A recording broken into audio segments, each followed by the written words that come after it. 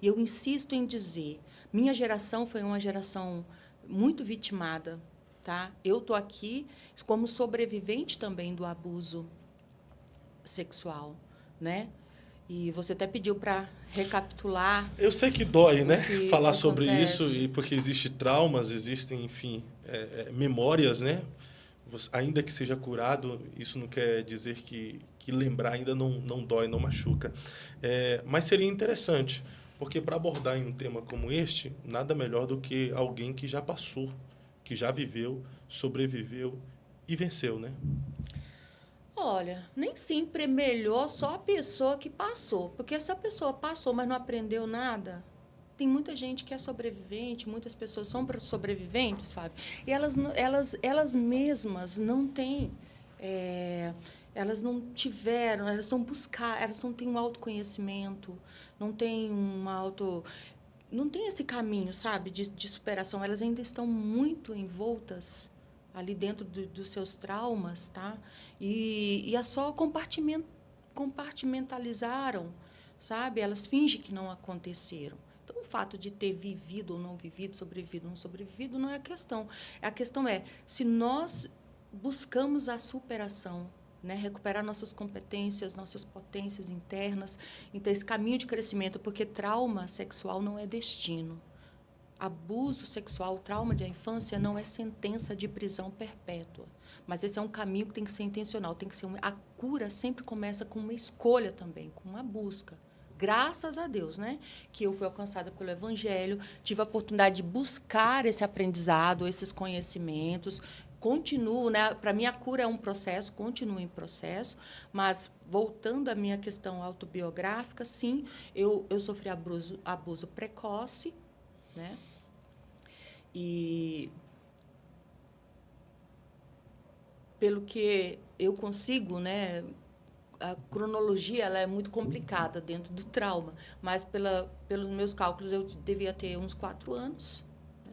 O primeiro abuso foi por uma mulher, o que gerou uma certa reação aí, né? É porque as pessoas acham que geralmente quem abusa é o homem, né? Então a figura da mulher fica livre desse crime. 95% dos casos, ou 96%, cerca de 96%, são realmente homens, né? Mas mulheres também abusam, embora em índices menores.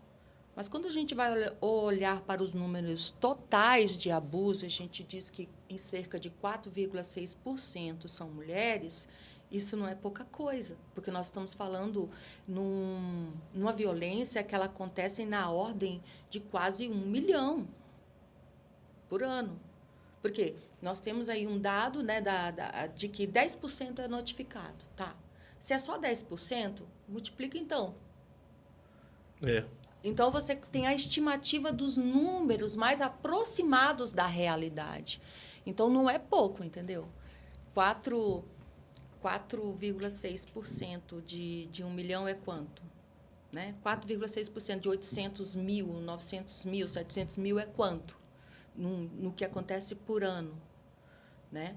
Então, são muitas mulheres. Né? A maioria é homem, sim, mas sim, ainda existem muitas mulheres, infelizmente, que abusam. E Isso é quebrar um tabu quando você fala que mulheres abusam, né? eu acho que é quebrar o tabu e quebrar, na verdade, a ignorância, sabe? O estigma. É quebrar esse ponto, essa cegueira, esse ponto cego, sabe? Assim, Sim. porque existe essa idealização, é quebrar essa idealização de que, né, mães ou tias ou mulheres, esse ser mais romantizado. E mães são maravilhosas e mulheres são seres maravilhosos, abençoados por Deus, mas existem homens, né, que são perpetradores, agressores, existem mulheres que são agressoras sexuais também. Entre os perpetradores, agressores sexuais masculinos, dos 95% que são homens, cerca de 50% são pais e padrastos. Então, nós estamos falando de uma violência que tem um rosto familiar, é intrafamiliar. Nós sempre estamos falando de uma situação que envolve famílias, que envolve vínculos, que envolve relacionamentos. Por isso, eu não acredito que nós vamos resolver essa cultura e resolver e combater toda essa violência e sanar esse problema se nós não cuidarmos de relações, se nós não cuidarmos de famílias. Porque esta é uma violência que tem um rosto familiar. Tá?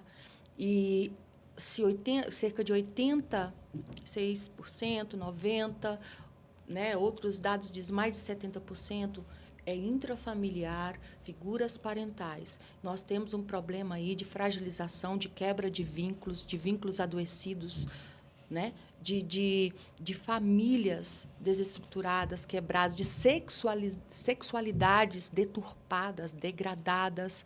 Mas onde que começa? Onde está a raiz? Porque essa violência, ela é um sintoma. Ela é um sintoma. Ela não é a doença em si. Se nós quisermos sanar, resolver esse problema, nós temos que tratar a doença e não só os sintomas.